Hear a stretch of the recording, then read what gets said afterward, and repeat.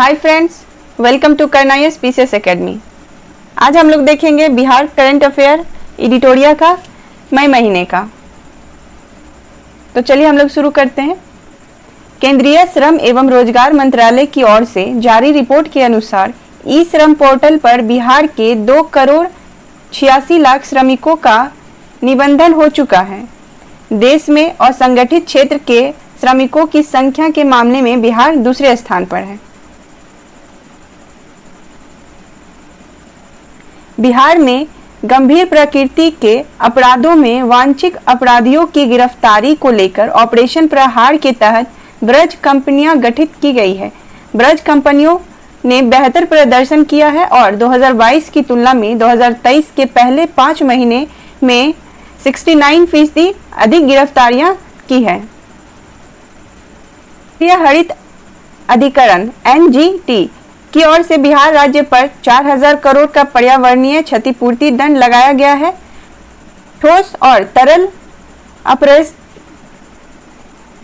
अपशिष्ट का वैज्ञानिक रूप से प्रबंधन करने में नाकाम रहने के कारण यह आदेश जारी किया गया है। जुर्माना की राशि का उपयोग कचरा प्रबंधन, पुराने कचरे की रिसाइकलिंग और सीवेज उपचार संयंत्रों की स्थापना के अलावा मल, कीचड़ और सेप्टेज उपचार संयंत्रों की स्थापना के लिए किया जाएगा। सरकारी अस्पतालों में इलाज के लिए आने वाले मरीजों को मुफ्त में दवा उपलब्ध कराने में बिहार राजस्थान के बाद देश का दूसरा स्थान पर है। स्वास्थ्य मंत्रालय के रिपोर्ट के अनुसार बिहार में 69.94% मरीजों को मुफ्त में दवाई मिलती है। पूर्वी रेल के जमालपुर लोकोमोटिव वर्कशॉप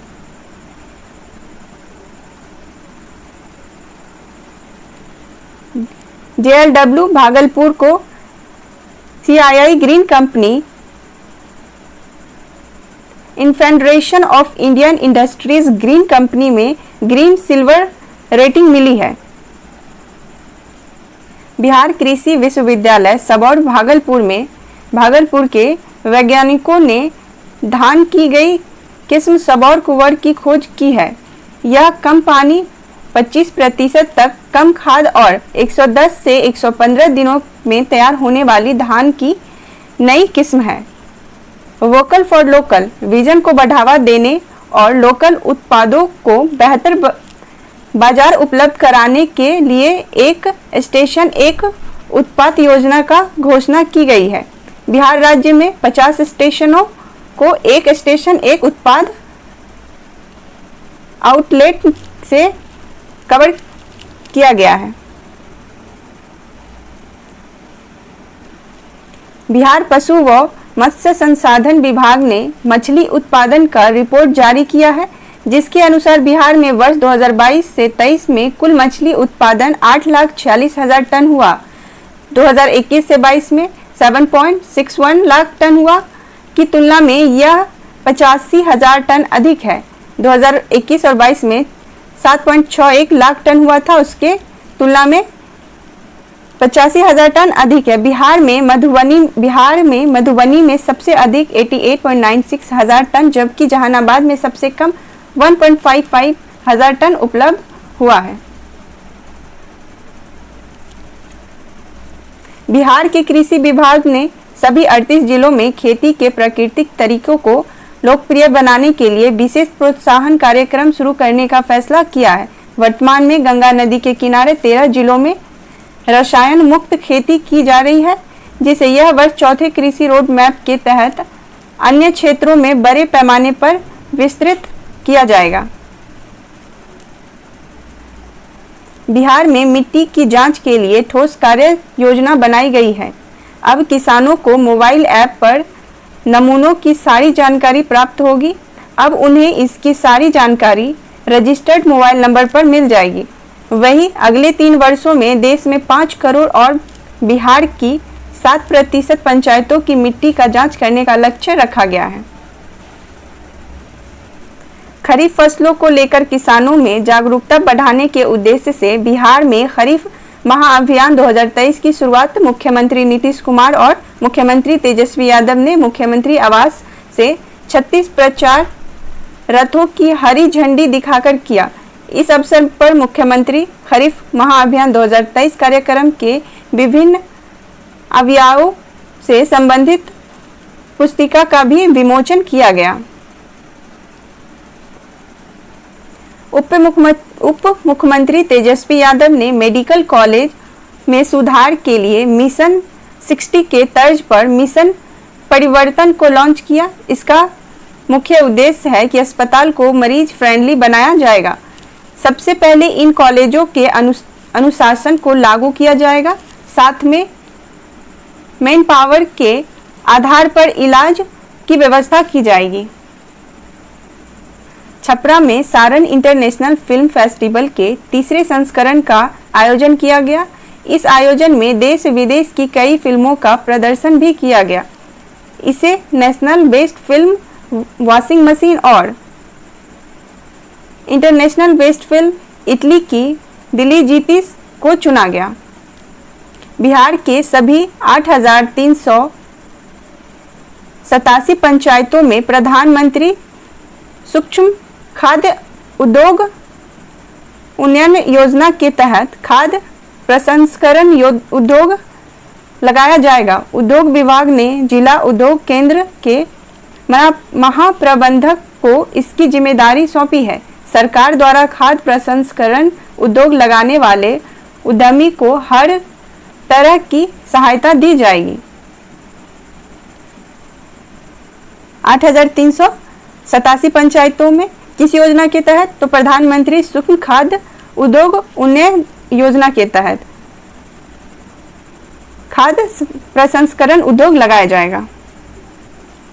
राष्ट्रीय हरित प्राधिकरण (NGT) ने सोन नदी में घड़ियाल वन्यजीव अभयारण्य बनाने और इसके सेंसिटिव जोन घोषित करने का बिहार सरकार को निर्देश दिया। IDPTS प्राइवेट लिमिटेड नई दिल्ली के द्वारा पटना में कलेक्ट्रेट घाट पर आयोजित 11 दिवसीय गंगोत्सव कार्यक्रम गंगा महाआरती के अद्भुत प्रदर्शन के साथ संपन्न हुआ। यह कार्यक्रम वर्ल्ड रिकॉर्ड में दर्ज किया गया है। राजस्थान ने बिहार का GI टैग मॉडल अपनाने का निर्णय लिया है। वहां के अधिकारी बिहार के GST मॉडल को देखने पटना आए। राजस्थान यहां किए जा रहे हैं नए प्रयोग और उसके सकारात्मक परिणाम के काफी प्रभावित हैं। राजस्थान बिहार का GST मॉडल अपनाने का निर्णय लिया है और वो यहाँ आए भी थे GST मॉडल को देखने के लिए। कहाँ आए थे? पटना में। और यहाँ किए जा रहे नए प्रयोग और उसके सकारात्मक परिणाम से काफी प्रभावित भी हुए थे। लगभग 18 साल बाद मखाना अनुसंधान केंद्र दरभंगा को राष्ट्रीय मखाना अनुसंधान केंद्र का दर्जा मिला है। अब राष्ट्रीय मखाना अनुसंधान केंद्र दरभंगा राष्ट्रीय स्तर पर मखाने का अनुसंधान और विकास कार्य करेगा, जिससे मखाना उत्पादक किसानों के साथ मखाना व्यवसायियों को लाभ मिलेगा। IIT पटना और CDEC के बीच सितंबर 2023 तक IIT पटना में एक सुपर कंप्यूटर स्थापित करने के लिए एक समझौता ज्ञापन पर हस्ताक्षर किए गए। नेशनल सुपर कंप्यूटिंग मिशन के तहत IIT पटना को इस साल सितंबर तक परम सुपर कंप्यूटर मिल जाएगा। केंद्रीय विज्ञान एवं प्रौद्योगिकी मंत्रालय की ओर से देश के 9 संस्थानों में IIT पटना का चयन किया गया है। Indira Gandhi institute of medical science IGIMS संस्थान और centre for development of advance computing CDCA ने इलेक्ट्रॉनिक्स और सुपर प्रौद्योगिकी मंत्रालय के तहत MOU साइन किया है। के तहत Indira Gandhi institute of medical science IGMS संस्थान में मशीन और सॉफ्टवेयर का उपयोग कर डॉक्टर मरीजों का बेहतर इलाज करेंगे। बेहतर इलाज के लिए अब यहाँ आर्टिफिशियल इंटेलिजेंस AI का इस्तेमाल किया जाएगा। इसमें विज्ञान और प्रौद्योगिकी आधारित नवाचार को बढ़ावा देने के लिए भारत सरकार ने एक नई पहल साथी केंद्र की स्थापना की है। इस केंद्र के लिए IIT पटना को नोडल केंद्र बनाया गया है। विज्ञान और प्रौद्योगिकी मंत्रालय के अधीन कार्यरत विज्ञान एवं प्रौद्योगिकी विभाग DASD द्वारा इसे शुरू किया गया है। मामा नहीं आए। भारत और नेपाल के बीच ट्रेनों की आवाजाही बहुत जल्द शुरू हो जाएगी। जोगवानी Viratnagar cross border rail link project का काम लगभग पूरा हो चुका है। बथनाहा अररिया के विराटनगर तक रेल लाइन निर्माण का काम इरकॉन कंपनी की ओर से किया गया है। बिहार में गंगा नदी किनारे वाले 23 शहरों व इसकी सहायक नदियों वाले 16 शहरों में सीवरेज ट्रीटमेंट प्लांट STP निर्माण के साथ ही 76 छोटे शहरों में FCTP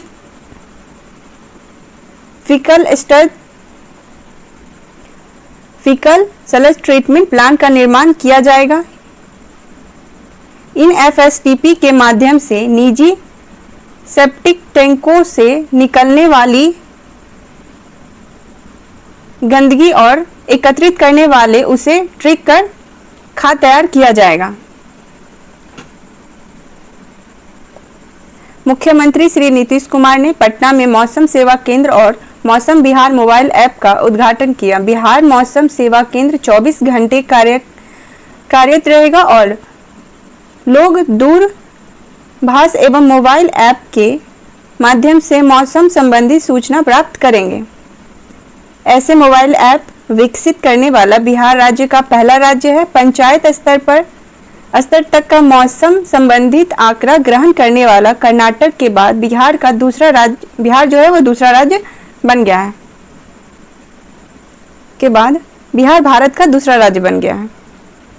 पटना नगर निगम की ओर से 23 मई को डिजिटल करेंसी ₹1 का शुभारंभ किया गया। इसके साथ ही पटना नगर निगम देश का पहला नगर निगम बन गया है जिसे डिजिटल करेंसी की शुरुआत की है। इसके बाद अब पटना नगर निगम में डिजिटल करेंसी का उपयोग किया जाएगा। बिहार की राजधानी पटना में बिहार राज्य खेल प्राधिकरण की ओर से आयोजित 2 दिवसीय स्पोर्ट्स कॉन्क्लेव 2.0 का उद्घाटन राज्य के उप मुख्यमंत्री तेजस्वी यादव ने किया। बिहार को खेल के मानचित्र में एक उत्कृष्ट केंद्र के रूप में स्थापित करना इस कार्यक्रम का मुख्य उद्देश्य था। बिहार सरकार के कला संस्कृति और युवा विभाग ने पर्यटन और संस्कृति के लिए रजत श्रेणी में SKOCH स्कॉट अवार्ड 2023 जीता। यह सम्मान विभाग के किन्नर महोत्सव के आयोजित के लिए दिया गया है। मुख्यमंत्री नीतीश कुमार ने पटना के शास्त्री नगर इलाके में वरिष्ठ अधिकारियों के लिए एक नवनिर्मित आवासीय भवन और एक योग सह ध्यान केंद्र का उद्घाटन किया है। नवादा जिले के हिसुआ में भगवान बुद्ध की भारत की सबसे ऊंची प्रतिमा बनाई जा रही है। इस प्रतिमा की ऊंचाई 108 फीट है। यह बिहार की सबसे ऊंची प्रतिमा है। बिहार में सरकारी स्कूलों की शिक्षा की गुणवत्ता और विस्तार के लिए 4 स्वयंसेवी संस्थाएं वित्तीय और तकनीकी मदद मुहैया कराने के लिए शिक्षा विभाग के साथ MOU का हस्ताक्षर कराएंगे। केंद्रीय भंडार नामक संस्था कक्षा 9 और 10 के विद्यार्थियों को स्पेशल कंटेंट मुहैया कराएगी। कौन सा संस्था? तो केंद्रीय भंडार नामक संस्था। आदित्य बिरला ग्रुप की माइंड स्पार्क संस्था ऐप के माध्यम से बच्चों का लर्निंग लैब सुधारने पर काम करेगी। जेसुइट पीस मिशन आध्यात्मिक विकास के लिए काम करेगी। एजुकेटेड इंडिया नामक की संस्था कक्षा 3 से 5 तक के विद्यार्थियों को प्रारंभिक साक्षरता मुहैया कराएगी। जल शक्ति मंत्रालय के जल संसाधन, नदी विकास एवं गंगा संरक्षण विभाग द्वारा चौथे राष्ट्रीय जल पुरस्कार 2022 की घोषणा की गई। मध्य प्रदेश एमपी ने सर्वश्रेष्ठ राज्य श्रेणी में शीर्ष स्थान हासिल किया है। इसके बाद ओडिशा ने दूसरा स्थान, जबकि आंध्र प्रदेश और बिहार को तीसरे स्थान के लिए संयुक्त विजेता घोषित किया गया। जाम्बिया की सरकार ने वहां लड़कियों की शिक्षा को बढ़ावा देने के लिए बिहार के मुख्यमंत्री साइकिल योजना को अपनाया है। जाम्बिया के बाद 6 और अफ्रीकी देश बिहार की साइकिल योजना को अपनाने के लिए तैयार है। बिहार की मुफ्त साइकिल योजना स्कूली छात्राओं के लिए एक महत्वपूर्ण योजना है। इस योजना के तहत 9वीं से 12वीं कक्षा तक की छात्रा लड़कियों को स्कूल जाने के लिए मुफ्त साइकिल दी जाती है। मद्य निषेध उत्पाद एवं निबंध विभाग के उपर मुख्य सचिव ने निर्देश जारी किया है कि बिहार में भी रजिस्ट्री के दौरान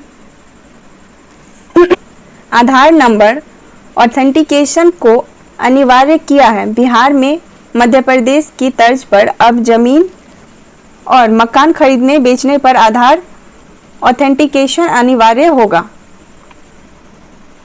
बिहार में बाढ़ एवं सुखाड़ के प्रभाव को कम करने के लिए आधुनिकतम तकनीक को अपनाने की दिशा में एक और कदम बढ़ाते हुए जल संसाधन विभाग द्वारा विशेष ऐप बेफिक्र का शुभारंभ किया गया है। अब बेफिक्र ऐप का फुल फॉर्म क्या है? तो बिहार ई system for flood and irrigation quick response app. Bihar में शिक्षा विभाग ने स्कूलों में बच्चों व शिक्षकों की उपस्थिति बढ़ाने व शिक्षा के स्तर को बेहतर करने के लिए ई शिक्षा कोर्स पोर्टल विकसित किया है। इससे विद्यालयों में शिक्षक छात्र दोनों को मौजूदगी की निगरानी हो सकती है। दिसंबर 2021 में बिहार में 963 करोड़ का जीएसटी संग्रह हुआ था, जो दिसंबर 2022 में बढ़कर 1309 करोड़ हो गया और सितंबर 2021 के तुलना में इस बार 36% अधिक जीएसटी संग्रह हुआ है। हाल ही में बिहार के पूर्वी चंपारण जिले के मोतिहारी में मोती झील में राष्ट्रीय ड्रैगन वोट प्रतियोगिता 2023 से 24 का आयोजन किया गया। यह इस प्रतियोगिता का 10वां संस्करण है। कौन सा संस्करण है? 10वां, जिसका उद्घाटन बिहार ग्रामीण विकास मंत्रालय श्रवण कुमार ने किया था। बिहार ग्रामीण विकास मंत्री श्रवण कुमार ने किया था। 10वां संस्करण था इसका। तो राष्ट्रीय ड्रैगन वोट प्रतियोगिता 2023 से 24 वाला। और यहीं पे हम लोग का मई महीने का जो करंट अफेयर था वो समाप्त होता है। वीडियो देखने के लिए शुक्रिया। चैनल को लाइक एंड सब्सक्राइब करें और अगला वीडियो में हम लोग पिछले महीने अप्रैल का देखेंगे। Thank you.